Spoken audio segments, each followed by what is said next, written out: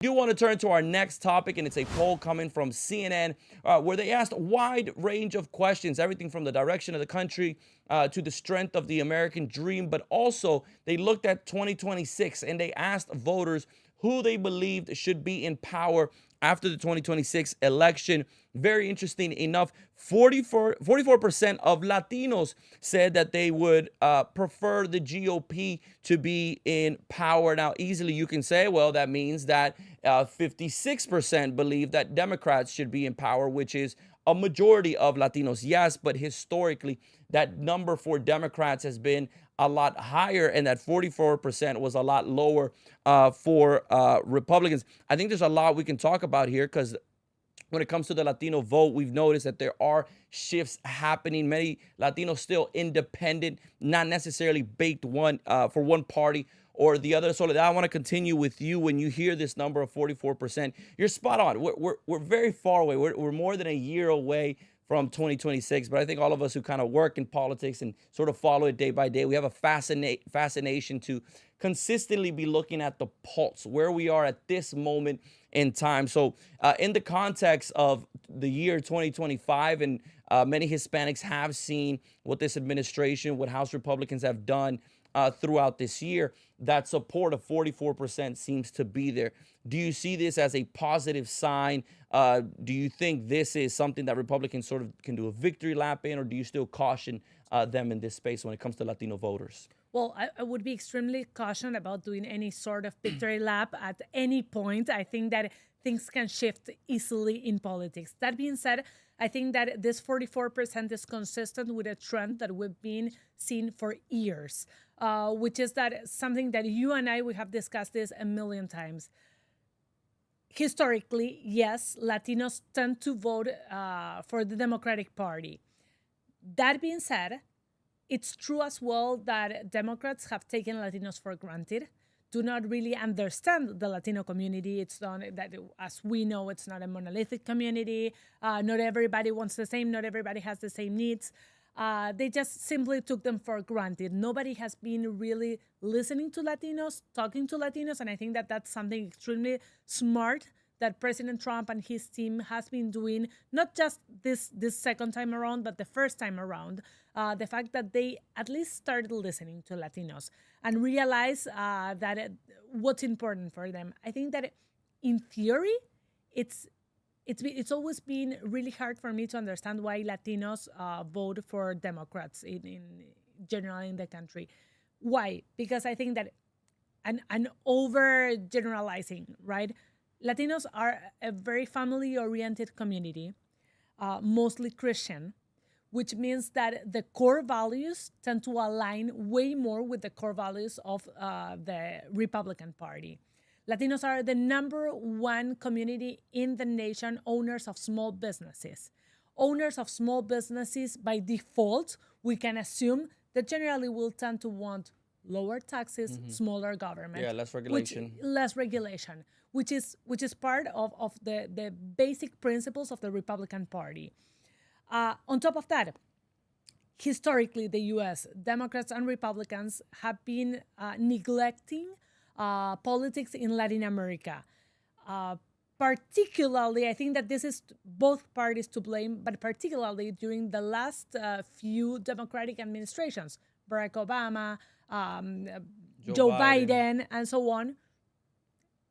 Their misunderstanding of politics in Latin America have been beyond my comprehension.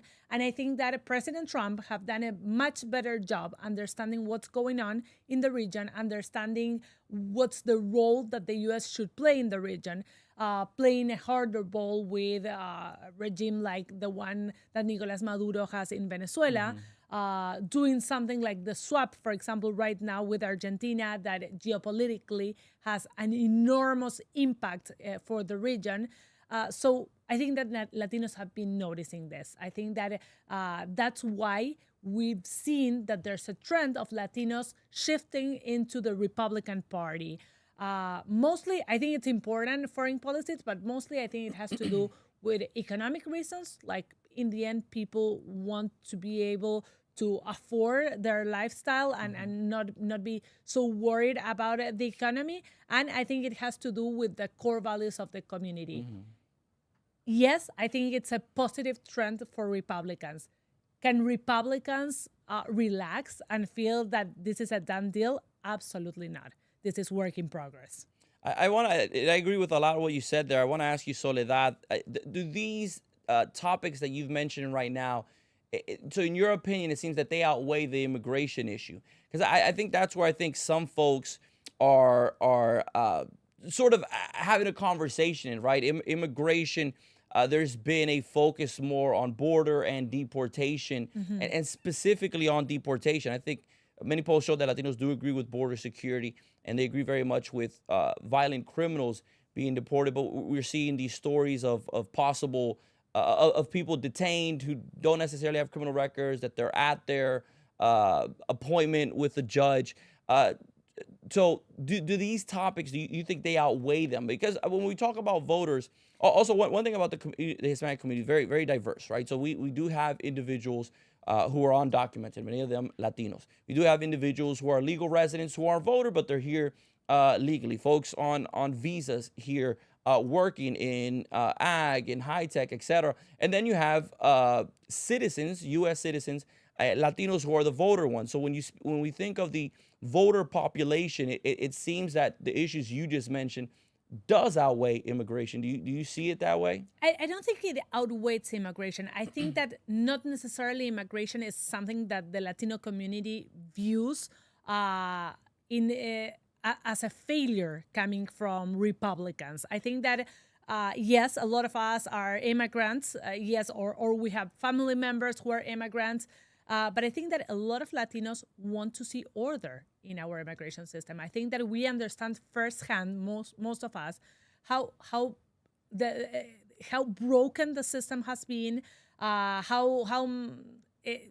impossible it was to do things the legal way, the right way, and how much for the last 4 years we've seen an administration that basically opened our border, told without any sort of control, without allowing anybody, good people who were coming here to work hard, and a lot of people who didn't have like good values in their hearts coming to, and we are scared about that. When you're part of a community, you live in the US, and you know that there are gang members getting into your country, you will not support that. And I think that that's what's going on with the Latino community. We are here because we appreciate that in the United States, there are laws and people respect the laws. If that changes, one of the main reasons why a lot of Latinos come to this country will be completely broken, you know? So I don't think that that Latinos are supporting Republicans in spite of immigration. I think that Latinos are supporting Republicans first because of the economy, second probably because of the core values that have to do with family and Christian values, but also because they are trying to put in order a completely broken immigration system. Yeah, I think there's a lot of truth there. Two inflection points that I think, there are several, but two that I want to point to is I do think after the administration of Obama, many Hispanics, I think, lost that sort of loyalty on the topic of immigration to Democrats. They saw that a lot of promises weren't necessarily kept when Democrats had majorities. And I think they saw that, and I think it leveled the playing field just a little bit for Republicans. And then I think that when Joe Biden, under his administration, the record number of people coming in and the amount of Hispanic media that covered that, also they saw what you were pointing to, a lack of order. I think it leveled the playing field for Republicans. And one more thing that I would like to tell you, I think that the fact that a big chunk of not everybody, but a big chunk of the Latino community is close to what's going on with immigration. It could be firsthand or it could be through friends and family, allows them to analyze this from a real life perspective and not just a headlines perspective. I think that sometimes it's harder for maybe, and I'm generalizing here, but let's say a white American person who knows nobody, who's been through the immigration process and knows nothing about how it works in real life.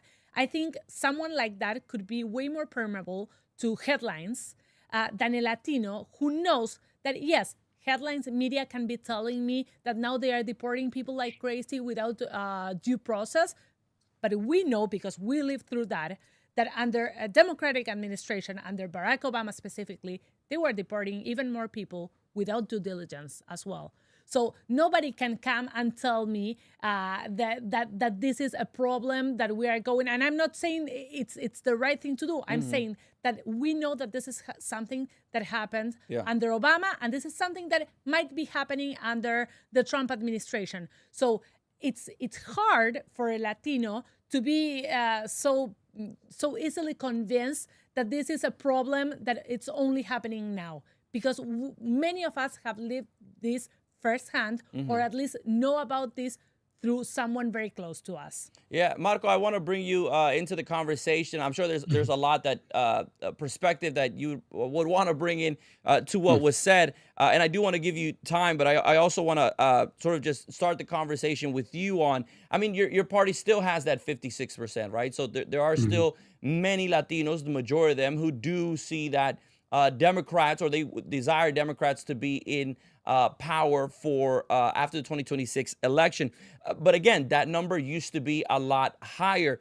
When you view these numbers, again, just a glimpse of the pulse in time, what is your perspective to what your party needs to do? Where do you think there needs to be shifts? Where do you think there are opportunities? And we just talked a little bit about immigration. It is a conversation within the Latino community.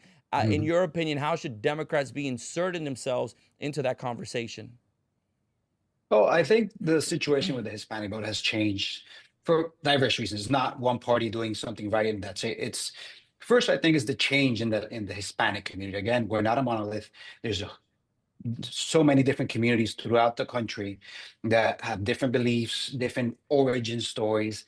And start from the beginning. Originally, the Latino community was almost completely Mexican American and Central American. And they have their socioeconomic reasons to be here. Some just because they grew up here and then the country grew onto them in the case of the Southwest, but they mostly come for economic reasons.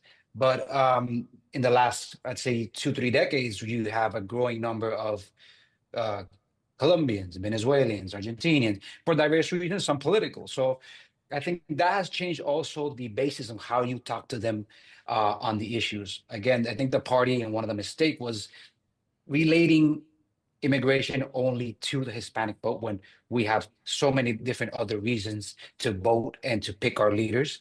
So focusing on that, I think, was a major mistake. Another mistake was changing the message from what Obama was saying 10 years ago to what we saw from the party in the last couple of years, which was Obama was, we want people to come the right way, but if you're not here the right way, you're being deported. That's why Republicans call Obama the deporter in chief. He held record numbers of deportation for people that did not have a reason to be here. And going back to the current situation, even of all the rhetoric you see from Trump, he's still not even matching or maybe even getting close to what even Biden was doing. So I think the major difference here was the language you're seeing from each government. Trump is being rough, putting out those social media videos to make it seem like he's doing a lot compared to deportation, but at the end of the day, he's still not maybe matching Biden what he did in terms of deportation. Just we didn't see that from the Biden government showcasing how you deport people change back to the country. So I think the message is Democrats have to go back and emphasizing that we want people to come the right way. We want to fix the immigration system because it is a problem and that needs a fix. And we have to highlight that the last time we were close to fixing it was during the Obama administration, but the Republican Senate did not approve it. But we had made major progress on that, but it didn't happen because of a Republican Senate.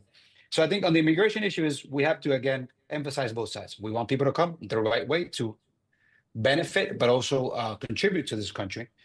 But if you don't have a reason to be here, if you're here illegally, you have to face the law and you will be deported. I think that has to be emphasized again by the Democratic Party. I do also think we have to recognize that the Republican Party has made a lot of progress within the community. Why? They talk about the issues that matter to the Hispanics when at the moment the Democratic Party was not talking about those issues. There was a lot of economic progress during the Biden years, but there was a more emphasis on social issues that Hispanics don't care about, or they find a bit distant to what their beliefs are. Any of those things can happen. So I think Republicans talked about the economy, pocketbook issues. That's what got them the White House. That's what got them Congress. But at the same time, that is the risk they're playing at come the midterms, because if the economy continues the path that we're seeing, and you're talking about small business, the biggest sector of the economy that's losing now, it's the small business sector. I mentioned the ADP report losing jobs. Small businesses, 0 to 50 employees, are the ones losing jobs, not the major corporations. So again, Hispanics are going to be the ones paying for this economic policy, this tariff policy that's causing all these issues. So what benefited the Republicans in 2024 can be the loss in 2026, because at the end of the day, Hispanics care about, first thing, putting food on the table, putting a roof over their families' heads, and being safe. So if you don't have those first two things, and I can talk about safety later, but that will cause the Hispanic vote to change sides or go majority a bit more to the Democratic Party, given the situation. And again, this is subjective. This is not an opinion. The economy is not doing well. So if the economy keeps going the way we are seeing it, the Hispanic vote would probably drift, because I think both parties are making a mistake if they think they can win over the Hispanic vote. Hispanics are mostly independent, and they go for what will benefit the most. Who they talk, the party that talks about the issues they care about. Again, major thing is the economy. So if Trump fails in this economic policy, which is probably what's going to happen from now to the midterms, Hispanics will turn on him, and we might see a regression of that gain that Republicans have made since the election. Yeah. Yeah, and I want to ask you I think we look at elections and we look at just the future of the party. There's a lot of leadership is a very important part. I want to ask you, there's in that battle of sort of the direction of the Democrat Party, I think there's two very distinct models. You have sort of like Senator Ruben Gallego out of Arizona, who's been going to Iowa to host town halls, to talk to folks over there. Some people who thinks he might run for president. He hasn't said that. He's just said he's talking to voters across the country. Obviously, the first Hispanic senator from Arizona. But then you have the model of Mondami in New York. All signs point that he's going to win the mayor's race. When you analyze this sort of battle of the soul for Democrats, do you see which direction should they go? Is it a little bit of the Mondami model, or is it a little bit more of sort of that Senator Ruben Gallego model? But and I think so. I was mentioning it before. Is the influence I think of Latin America in the vote. I want to mention that too. Is like I don't think we as South Floridians we tend to give more importance than what it actually means to things in Latin America. The average voter does not care about foreign policy, but I think it's important for our politicians to understand why people are here, so we don't replicate those models and lose that vote or send those people to the other side. Why I mean that? Because Mandami, in one case, he brands himself as a socialist. He has his right to do it. It is a free country. But a lot of people in this country are here because of failed socialist policy. So I think, my opinion, I don't think this is the way to go for the Democratic Party. I think people send a clear message in 2024. They want a moderate, common sense party that just works towards economic freedom, economic progress, less on the social issues, and nothing from Mandami and that sector of the party are on those issues. I think Mandami's policies are failure before starting. You have rent control that's proven to not work. Free buses that does not work. That's just inefficient use of resources. I think the motto of Ruben Gallego, Rame Manuel, I think you can add to that Governor of California, Newsom, common sense, pocketbook issues, policies, that will help. Because at the end of the day, people want solutions to the problems that they have at the moment, which is the economy. Uh, and you see Mandani also involved in social issues. You see him talk about the conflict in the Middle East. And that also, I think, fractures the vote, dispels some of the borders. And the party, I think, really has to think what model they want. But if you were up to me, I think common sense policy, the economy, focus on the Yeah. economy, will get them the vote. I think at the end that will prevail. I don't think we need to over sample New York or the district where AOC is. They're very unique places, the same way as probably Mobile, Alabama is very unique, or any rural area of the country is very unique and very Trump. New York is very specific. I think you, we're overemphasizing Mandani, but we're not paying attention to, for example, the Democratic candidate in Virginia, the Democratic candidate in New Jersey for governor, which are foreign policy and security background professionals, former Congress people with a moderate agenda that caters to what the voters want today, which is the economy. So this fight is going to go on. I don't think we're going to see an actual definition of Hmm. the way the party will go after the midterms, because right now everything's focused on Congress. So something might work again in the Bronx and something Hmm. might work in Hialeah, and they might be both Democrats. And so the fight will be, I think, the primary. So, Yeah. but again, the party has to go common sense, because that's the sign that the voter gave us in Yeah, 2024. that's what folks and voters are going to be looking at. I think just the conversation on the Latino vote in general, also the future of the Democrat Party, is a conversation that we're going to continue to cover here.